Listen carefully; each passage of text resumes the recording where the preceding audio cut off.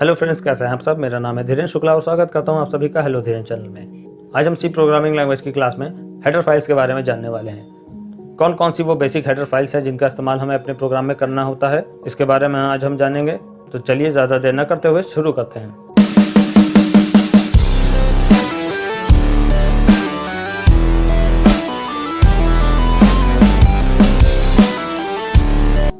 तो आइए देखते हैं कौन कौन सी हैं वो बेसिक हेडर फाइल्स। जैसा कि मैं पहले आप लोगों को बता चुका हूं कि सी के प्रोग्राम को लिखते समय अपने प्रोग्राम का नाम, लेट सपोज कि हम अपने फाइल का नाम डेमो देते हैं, हमें एक्सटेंशन .c लगाना है। .c एक्सटेंशन आप लोगों को नहीं बोलना है, ये बहुत इंपॉर्टेंट है। फाइल क्रिएट करने के बाद सबसे पहले हमारी लाइन लिखी जाती है hash include bracket stdio.h bracket close. And इसके अलावा टर्बो सी में हम एक और फाइल का इस्तेमाल करते हैं, इंक्लूड conio.h। अगर मैं देव C++ सॉफ्टवेयर की बात करूं तो वहां पर conio.h फाइल की जरूरत नहीं पड़ती है, लेकिन फिलहाल अभी हम टर्बो C++ को ध्यान में रख करके प्रोग्रामिंग कर रहे हैं, तो हमें इन दोनों फाइलों को समझना होगा। यहाँ पर इन दोनों ही लाइन में स्पेस कहीं पर भी नहीं है बीच में। हैश से लेकर के ब्रैकेट बंद होने तक बीच में कहीं पर भी स्पेस नहीं होगा, ना इस लाइन में ना इस लाइन में। तो सबसे पहले इन दोनों हेडर फाइल में से किसी एक हेडर फाइल को लेते हैं और उसको समझते हैं। मैं बड़ा बड़ा नीचे लिख लेता हूँ, हैश इंक्लूड ब्रैकेट stdio.h। यहाँ पर जो हैश होता है उसे प्री प्रोसेसर बोला जाता है, प्री प्रोसेसर डायरेक्टिव। इंक्लूड जो होता है वो एक कीवर्ड होता है। ये जो ब्रैकेट्स हैं इनको बोला जाता है एंगल ब्रैकेट्स।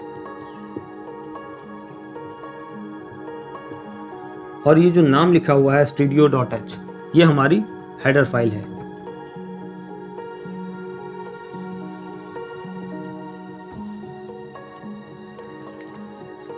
यहां पर ऐसा बोला जाता है कि जो सी का प्रोग्राम होता है वो मेन फंक्शन से स्टार्ट होता है। तो हमारे सी प्रोग्रामिंग लैंग्वेज का जो एग्जीक्यूशन होता है, यानी कि प्रोग्राम को रन करना होता है, वो मेन फंक्शन से स्टार्ट किया जाता है। तो आप लोगों से कहीं पर भी कोई क्वेश्चन करता है कि सी के प्रोग्राम का एग्जीक्यूशन कहाँ से स्टार्ट होता है, तो सी के प्रोग्राम का एग्जीक्यूशन मेन फंक्शन से स्टार्ट होता है। अब बात आती है कि मेन फंक्शन तो बाद में लिखा जाता है, उससे पहले तो ये हेडर फाइल लगाई जाती हैं। तो जब टॉप फाइल में हेडर फाइल लगी हुई है तो उस हेडर फाइल वाली लाइन क्या एग्जीक्यूट नहीं कराया जाता है। देखिए, इसका एक्सप्लेनेशन ये है कि हेडर फाइल्स के बाद यहाँ पर आता है नंबर वर्ड मेन का, यानी कि मेन फंक्शन को लिखने का। अब प्रोग्राम का एग्जीक्यूशन उस मेन फंक्शन से होता है, थर्ड नंबर लाइन से, यानी कि तो इन दोनों फाइल्स को क्या एग्जीक्यूट या रन नहीं कराया जा सकता, इन दोनों फाइल्स को इंक्लूड कराया जाता है। यानी कि यहाँ पर जो दो हेडर फाइलों का नाम दिया गया है, इन दोनों हेडर फाइलों को पहले अटैच कराया जाता है हमारी इस फाइल के साथ जिसका नाम है demo.c। यानी कि इन दोनों फाइल्स को रन या एग्जीक्यूट नहीं कराया जाता, इनको पहले प्रोसेस करा दिया जाता है। इसीलिए यहाँ पर हैश लगता है, यानी कि हमारा प्री प्रोसेसर डायरेक्टिव का इस्तेमाल होता है। इसका पूरा नाम है pre processor directive. Pre processor यानी पहले प्रोसेस किया जाता है। इन दोनों लाइनों को पहले प्रोसेस कर दिया जाता है, यानी इन दोनों में जो लिखा गया काम है उनको पहले कर दिया जाएगा। इन दोनों लाइन की प्रोसेसिंग पहले कर दी जाती है एंड प्रोसेसिंग होने के बाद हमारे प्रोग्राम का जो एग्जीक्यूशन होता है वो हमारी मेन फंक्शन से स्टार्ट किया जाता है। इंक्लूड क्या होता है? इंक्लूड एक कीवर्ड है जो पहले से बनाया कीवर्ड है या प्री डिफाइंड कीवर्ड है, जिसे हम रिजर्व वर्ड भी बोल सकते हैं। सी प्रोग्रामिंग लैंग्वेज का एक रिजर्व वर्ड है इंक्लूड।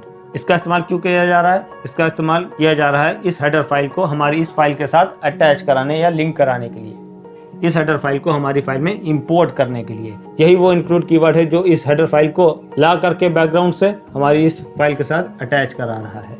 इन ब्रैकेट्स को एंगल ब्रैकेट बुलाया जाता है और इन्हीं एंगल ब्रैकेट के अंदर हम अपनी हेडर फाइल का नाम देते हैं। .h का मतलब क्या है? Dot header file. Header file होने की वजह से इसका एक्सटेंशन .h है और इस हमारी फाइल का नाम है stdio। अब stdio का मतलब क्या है? std का मतलब होता है स्टैंडर्ड और io का मतलब होता है इनपुट आउटपुट।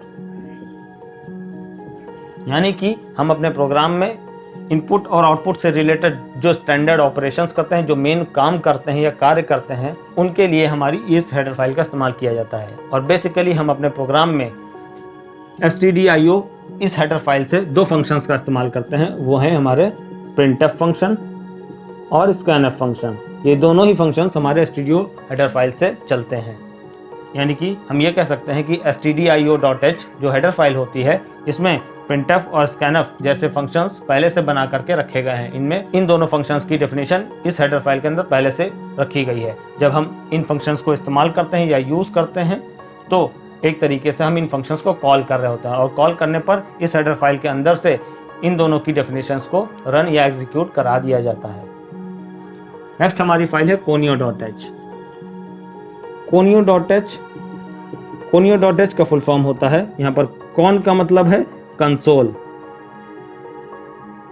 और IO का मतलब इनपुट आउटपुट। अब कंसोल का मतलब क्या होता है? जब हम अपने सी के प्रोग्राम को रन करते हैं तो रन करने पर एक ब्लैक विंडो आती है जहां पर हमारे प्रोग्राम के आउटपुट को शो कराया जाता है। वो जो ब्लैक विंडो है उसे कहा जाता है कंसोल स्क्रीन, वो है हमारी कंसोल। तो उस कंसोल स्क्रीन पर अगर कोई इनपुट या आउटपुट से रिलेटेड कोई काम करना होता है तो उसके लिए जो फंक्शंस होते हैं वो हमारी conio.h हेडर फाइल के अंदर बनाकर रखे गए हैं। और इस conio.h हेडर फाइल से दो फंक्शंस इस्तेमाल किए जाते हैं हमारे टर्बो C++ में, CLR यानी कि स्क्रीन को क्लियर करने वाला फंक्शन, इसका फुल फॉर्म होता है क्लियर स्क्रीन, एंड दूसरा फंक्शन है हमारा getch। और जब बात टर्बो C++ में प्रोग्राम को लिखने की होती है तो getch फंक्शन हम सभी लोग जानते हैं, ये प्रोग्राम के एंडिंग में लगाया जाता है, यानी कि मेन फंक्शन का कर्ली ब्रेस जब बंद होता है उससे जस्ट एक कदम पहले getch फंक्शन को लगाया जाता है। किस लिए लगाया जाता है? ताकि हमारा प्रोग्राम लास्ट में रुक सके।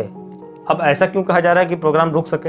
होता क्या है कि जब हम अपने टर्बो C++ के अंदर प्रोग्राम को कंपाइल कराने के बाद जब एग्जीक्यूट करते हैं, एंड एग्जीक्यूट करने पर जो कंसोल वाली स्क्रीन आती है वहां पर हमारा प्रोग्राम इतनी तेजी से रन होता है कि वो एग्जीक्यूट होने के बाद आउटपुट को शो करा करके तुरंत स्क्रीन से हट जाता है। तो हमारा प्रोग्राम जो आउटपुट शो कर रहा होता है वो आउटपुट भी हमारी स्क्रीन से तुरंत हट जाता है, जिसकी वजह से हम अपने आउटपुट को देख भी नहीं सकते हैं, और ये सारा का सारा काम 1 सेकंड से भी कम समय में हो जाता है। और इसके लिए हम getch फंक्शन का इस्तेमाल करते हैं अपने मेन फंक्शन के एंड में, ताकि हमारा जो प्रोग्राम चले तो प्रोग्राम को रन करने के बाद जो भी आउटपुट आ रहा हो, आउटपुट को दिखाने के बाद हमारा प्रोग्राम उसी जगह पर कंसोल पर रुका रहे, ताकि हम ये देख सकें कि हमें आउटपुट के रूप में क्या उत्तर या फिर क्या आंसर मिला है।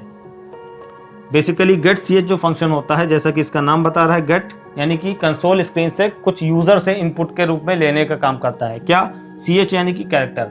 एक कैरेक्टर स्क्रीन से प्रोग्राम को रन करने के बाद कंसोल स्क्रीन से अगर यूजर के द्वारा कोई भी एक कैरेक्टर इनपुट के रूप में देना है तो उसके लिए getch फंक्शन का इस्तेमाल किया जाता है।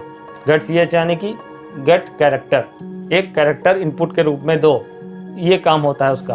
तो जब हम अपने प्रोग्राम के एंड में यानी मेन फंक्शन के एंड में getch को लगा देते हैं तो हमारा जो सी का कंपाइलर है वो ये समझता है कि प्रोग्राम के सभी लाइनों को एग्जीक्यूट करने के बाद लास्ट में अगर getch फंक्शन लगा है, इसका मतलब कि यूजर अभी कंसोल स्क्रीन पर कोई एक कैरेक्टर इनपुट के रूप में दे करके एंटर की प्रेस करने वाला है। उसको ऐसा फील होता है, जबकि हम यानी कि यूजर जो होता है वो कैरेक्टर प्रेस करके कोई इनपुट नहीं दे रहा होता है, उसको मतलब होता है अपने प्रोग्राम को रोक करके आउटपुट को देखने के लिए।